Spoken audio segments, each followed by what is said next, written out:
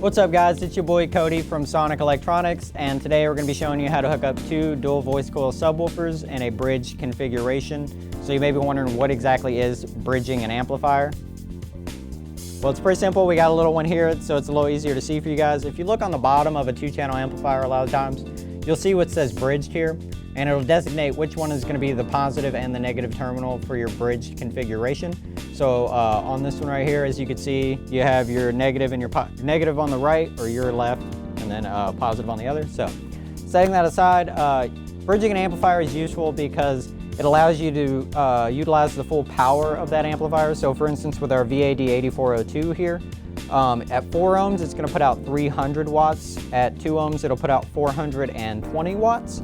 And when you bridge those two channels together, you're going to be able to get the full 840 watts out of this amplifier. And that's really useful if you got two beasts of some subwoofers right here that each have about 850 watts RMS. You're going to be able to utilize that 8402 to power these two behemoths. So jumping into the wiring configuration, it's really simple. You're just going to take a negative, and a positive, link them together, and then repeat that process on your other subwoofer.